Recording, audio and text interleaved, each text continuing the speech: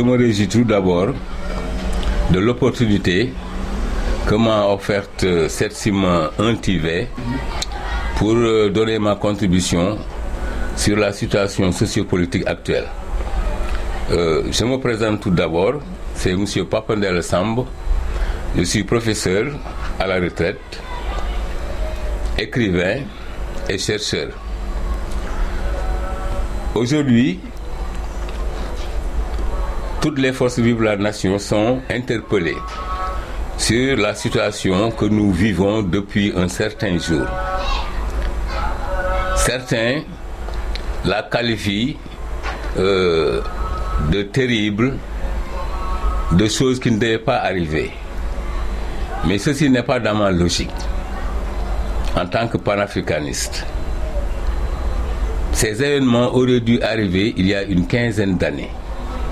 Parce que ce n'est que l'aboutissement d'une longue lutte menée par d'éminents intellectuels qui ont sacrifié leur vie pour les conditions de vie des Noirs, pour la liberté des Noirs, pour la participation des Noirs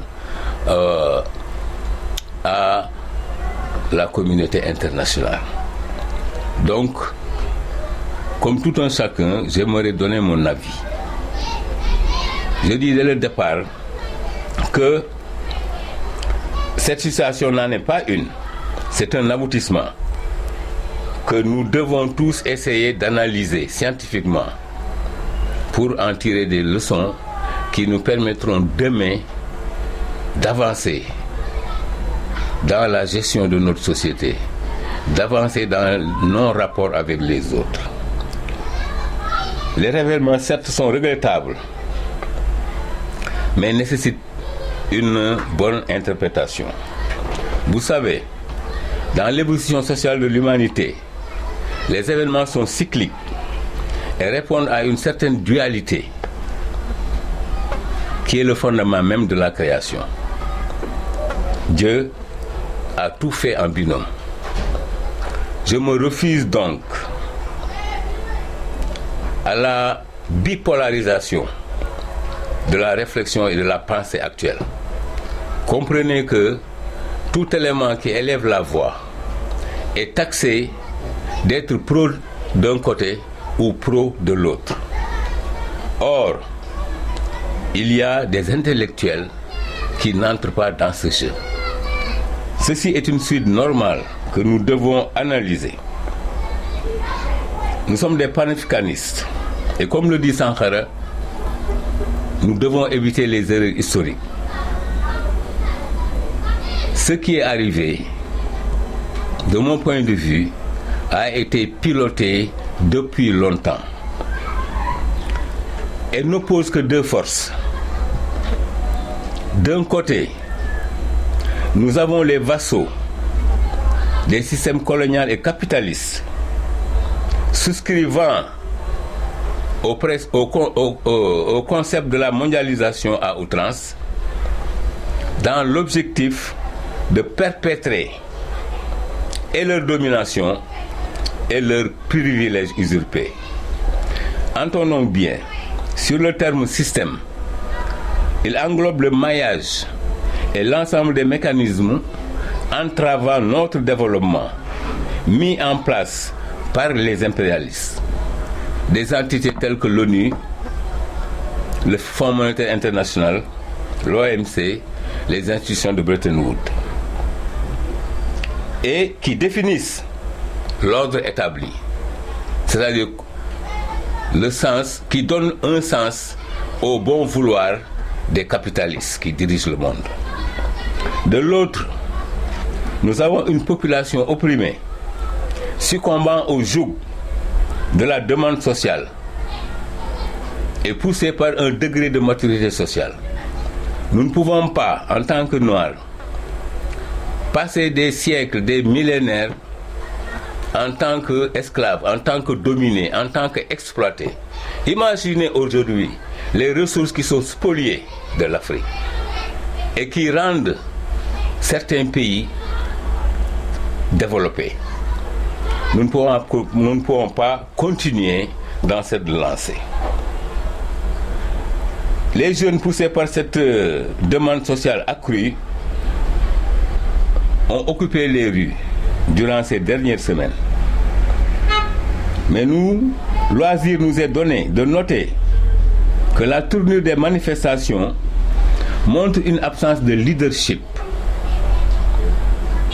une absence d'organisation, une absence de pilotage. Et il faut noter aussi que les objectifs à atteindre ne sont pas explicites, ne sont pas définis. Toutes ces manifestations seront demain récupérées par toutes les franges de la société. Il y aura les partis politiques, il y aura les syndicats, il y aura la société civile et même le gouvernement. Pour dire que dans notre vision panafricaniste et révolutionnaire, il faut que les idéologies soient clairement définies. Il faut que des feuilles de route, à court terme ou à long terme, soient clairement, explicitement définies et accessibles à tous les militants. Moi, je peux dire que j'avais une formation classique de la politique. Mais je vois mal un parti politique compter sur d'autres forces ou d'autres éléments qui ne sont pas internes à sa formation. Parce qu'en tant que chef de parti, quand j'invite mes militants à une manifestation, je les ai tellement travaillés que je suis sûr que cette manifestation aura lieu. Donc, cette contribution appelle tous ceux qui sont concernés à une analyse scientifique poussée. La question, ce n'est pas des chefs de parti actuels, comme on aime les citer. Je ne vais pas citer de nom. Mais nous ne visons pas des personnes. Mais nous devons élever notre niveau de réflexion. Tout ce qui nous arrive ne date pas d'aujourd'hui. Voilà. Et si nous abordons la question du panafricanisme, il y a deux tendances qui se posent actuellement. Soit nous menons notre révolution en nous ouvrant vers l'extérieur,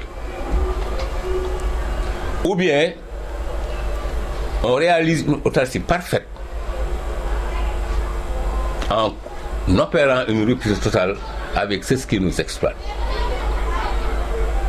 Mais il y a des intellectuels qui prônent d'autres voies.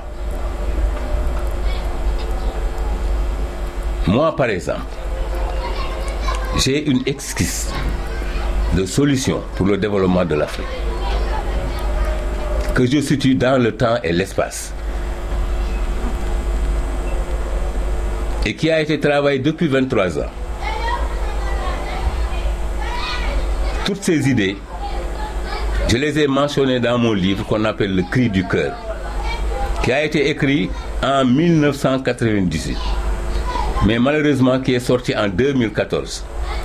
Mais je peux dire que depuis 2005, les manuscrits sont en circulation. Et aujourd'hui, il y a certains décideurs, certains ministres qui ont fait de ce livre qui en ont fait un livre de chevet. Parce que le livre est plein d'idées originales, rénovatrices. Et entre nous, aujourd'hui, que ce soit le gouvernement, que ce soit certaines entités sociales, je suis en mesure de les attaquer pour plagiat. Le cri du cœur, ça vient de moi. Le nouveau type de Sénégalais,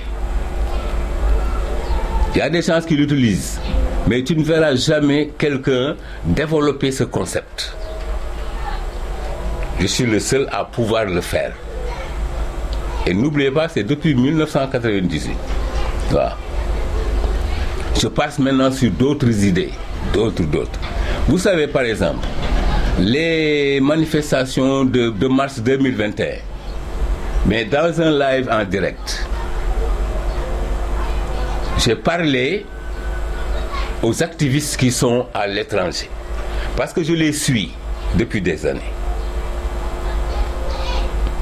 Et je n'approuvais pas leur démarche. Bien que dans le fond, je suis avec eux. Si nous travaillons pour le devenir de l'Afrique, mais leur démarche, je l'ai toujours fustigée. Mais aujourd'hui, 3 ans après, voilà. Donc pour revenir sur les événements, j'ai consacré toute une page. Mais ceci n'est qu'une première. C'est sûr que dans la revendication du peuple, il y aura d'autres événements, disons-le net et clair, beaucoup plus sanglants, peut-être beaucoup plus déterminants. Donc c'est prévu. En tout cas, moi personnellement, ce n'est pas un imprévu pour moi, je l'avais prévu, j'ai dit. Donc ce qui est important aujourd'hui, et ce qui motive ma présence ici, c'est de dire aux antagonismes, ne croyez pas que vous pouvez manipuler le peuple. Et nous n'adhérons pas à leur thèse, ni à leur démarche. Mais nous nous en servons pour construire des voies, d'autres voies. Et j'aime à dire que pour développer l'Afrique, nous devons sortir des sentiers battus. Tout ce que les Touaves, les impérialistes ont mis en place, démocratie, coopération, mais les lois électorales. En 1983, j'ai participé à la révision des lois électorales. Mais imaginez, 83 jusqu'à présent, ce sont les mêmes thèmes, chaque élection qui sont... on reprend les lois, on parle de la représentativité des opposants. J'étais le premier à représenter l'opposition dans un bureau de vote. Et depuis, rien n'a changé, toujours ce sont les mêmes revendications. Donc, c'est là où on nous oppresse. On nous trace un parti politique. Si un parti politique pouvait gagner les élections, nous sommes d'accord, ou s'inscrire dans une dynamique de révolution, mais il n'y aurait pas 250 et plus partis au Sénégal. Soyons sérieux. Donc il faut sortir des chantiers battus. Il faut imaginer d'autres voies. Wow.